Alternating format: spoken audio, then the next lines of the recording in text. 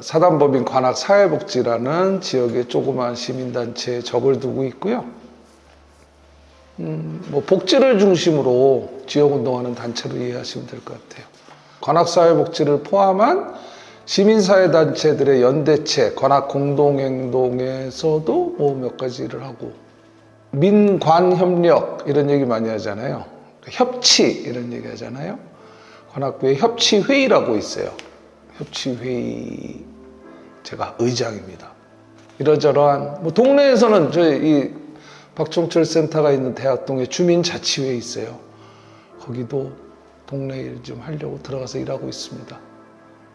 여러 가지 일을 하는데 뭐 뚜렷이 잘하는 건 없고 그렇습니다.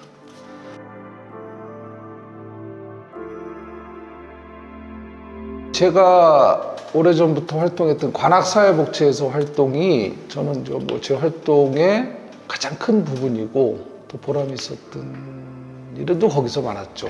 관악사회복지를 정의하는 단어가 몇 가지 있는데 제가 아까 시민운동단체라고 말씀드렸는데 또 우리들끼리는 주민운동단체라고도 불러요. 주민운동 뭐 이렇게 학술적으로 정의된 내용은 잘 모르겠지만 주민의 힘을 모아서 여러 가지 사회적 문제를 스스로 풀어간다는 거거든요. 나의 문제를 이웃의 문제로 인식을 하고 나 혼자만의 힘으로 안 되니까 나와 그 문제를 공유하는 사람들이 같이 공부하고 이 문제의 해결을 위해서 우리가 무슨 일을 할까 고민하면서 그걸 같이 풀어가는 게 주민운동이라고 정의할 수 있어요. 관악사회복지는 주민운동단체인데 그러면서 서로 협력하고 공동체의 상식으로 풀어가는 이런 운동이 저는 재미있는 것 같아요.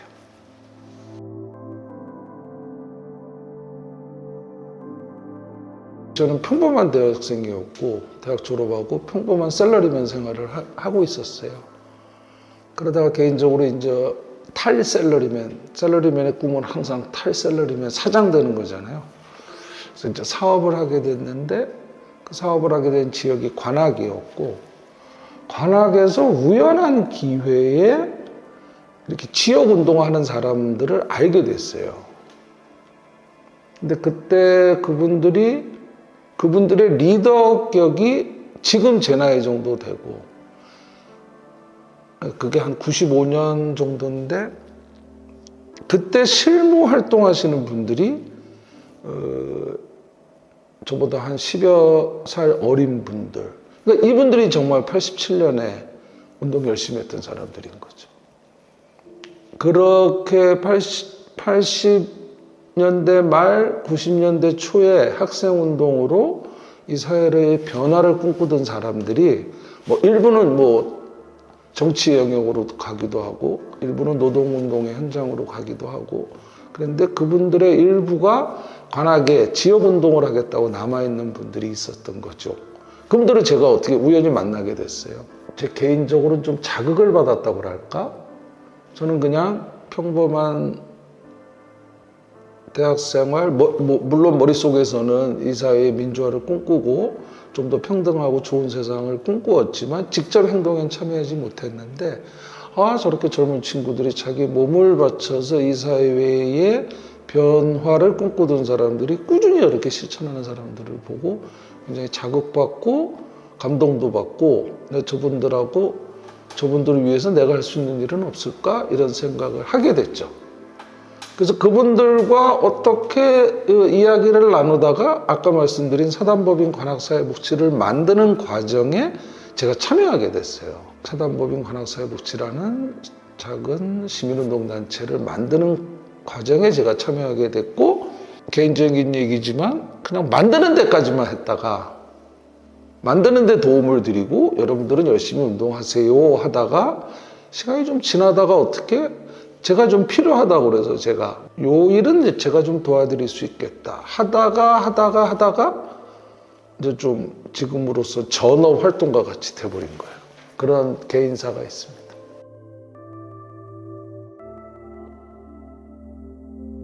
그런 것 같아요. 우리나라가 87년 민주항쟁으로 인해서 지방자치제가 다시 부활을 했죠. 부활이라는 얘기를 쓰는 것은 우리나라는 1948년 재헌헌법 때 지방자치제가 있었어요. 근데 그게 이제 5.16 쿠데타 이후로 없어졌다가 87 민주항쟁으로 87년 헌법에 지방자치제가 부활이 돼서 91년도에 이제 지방자치제가 본격적으로 시행이 됐는데 그 벌써 30여 년이 지났잖아요. 아무리 법과 제도가 좋아도 그걸 운영하는 사람들이 어떻게 운영하느냐에 따라서 천치만 이 차이가 굉장히 크다고 저는 생각하거든요. 결국 이 풀뿌리 민주주의나 지방자치가 주민자치가 제대로 이루어지지 않는 것은 그거를 실현하는 이 정치인들과 우리 시민의 거리가 너무 멀어요. 저는 멀다고 봐요. 여의도의 국회의원들도 마찬가지고 이 지역의 정치를 책임지는 구청장, 구의원들도 이 시민들과 그렇게 호흡하지 않는다고 생각하고 또 우리 스스로도 이 풀뿌리 민주주의나 지방자치, 주민자치를 위해서 그쪽으로 나아가질 않아요. 우리 동네 구의원이 누군지 모르고 우리 동네 구청장이 무슨 일 하는지 모르고 관심이 없죠. 그러니까 이 간극이 너무 크다고 생각해요. 그래서 현장에서 풀뿌리 민주주의가 잘 이루어지지 않고 있다 아직. 그래서 민주주의를 위해서는 결국은 저는 개인의 책임이 굉장히 중요하다고 생각하는데 스스로 참여하는 게 굉장히 중요하다. 관악구 구의원 몇 명인지 잘 모르실 수도 있고 지금 구청장 이름은 알아도 관악구 의회 의장 이름 잘 모를 거예요. 참여하지 않으니까 정치는 그 사람들이 하는 거 뭐 나하고 무슨 관계 있어? 이렇게 되다 보니까 취약하죠. 이 취약한 민주의식에 어떤 균열이 생기면 이걸 정치인들이 악용하고 민주주의를 왜곡시키고 음모론이 판치게 되고 뭐 이렇게 되는 거 아닌가. 그래서 굉장히 취약하다 아직. 풀뿌리 민주주의, 지방자치, 주민자치 아직 취약한데 그 원인은 여러 가지 요인이 있지만 풀뿌리 민주주의에 참여하는 주체들이 참여가 조금 더 활발해져야 되겠다 이런 생각을 합니다.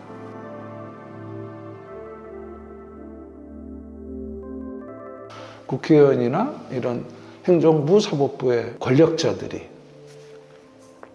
딜레마 같아요, 딜레마. 그래서 끊임없이 저 친구들이 유권자인 나를 침해하지 못하도록 해야 된다. 그게 저는 민주주의로 가는 아주 중요한 인식이라고 생각해요. 넌 나의 대리인일 뿐이야. 너는 내가 만들어 놓은 법을 실행하는 심부름꾼일 뿐이야. 장관이나 공무원들 다. 근데 얘들이 마치 자기들이 원래 갖고 있었던 권한인 것 마냥 국민들을 지배하죠, 시민을. 굉장히 위험한 거죠. 민주주의가 결국은 이 대의민주주의 체제를 할 수밖에 없는 속에서 계속 소외되는 거죠. 각자 자기 영역에서 자기가 할 수 있는 만큼 내가 주인이야 이 목소리를 계속 낸다. 이게 굉장히 중요하다고 생각합니다. 그거 못 내면 노예되는 거죠, 노예. 내 권력을 행사할 뿐인 사람들이 얘들이 진짜 주인인 줄 알고 나를 노예화 시켜버리려는 것을 계속 야 인마 내가 주인이야 라고 목소리를 내야 된다 생각합니다. 심각해지지 마세요.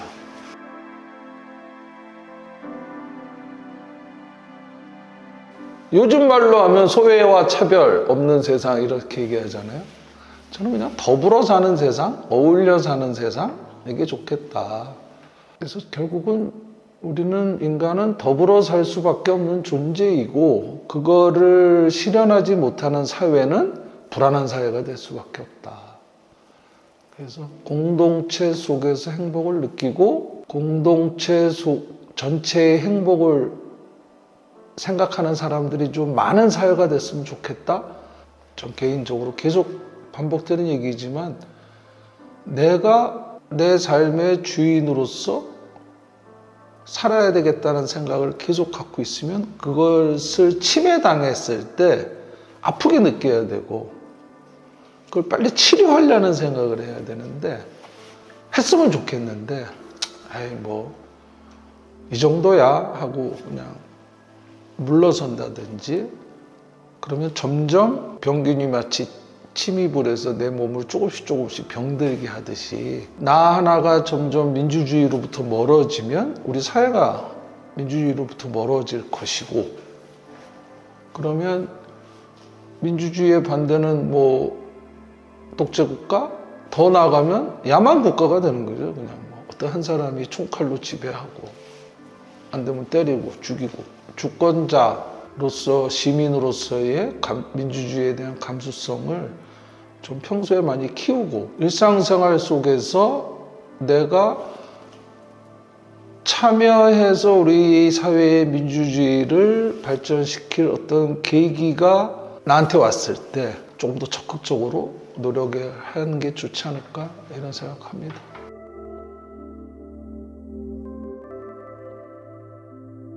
그러니까 이제 풀뿌리 운동에 방점을 두어서 얘기하면 이거 민주주의의 뿌리를 튼튼히 하는 일이고 사람으로 치면 민주주의의 기운이 이 모세혈관으로 쫙 다 퍼지듯이 일상에 스며들게 하는 운동이다.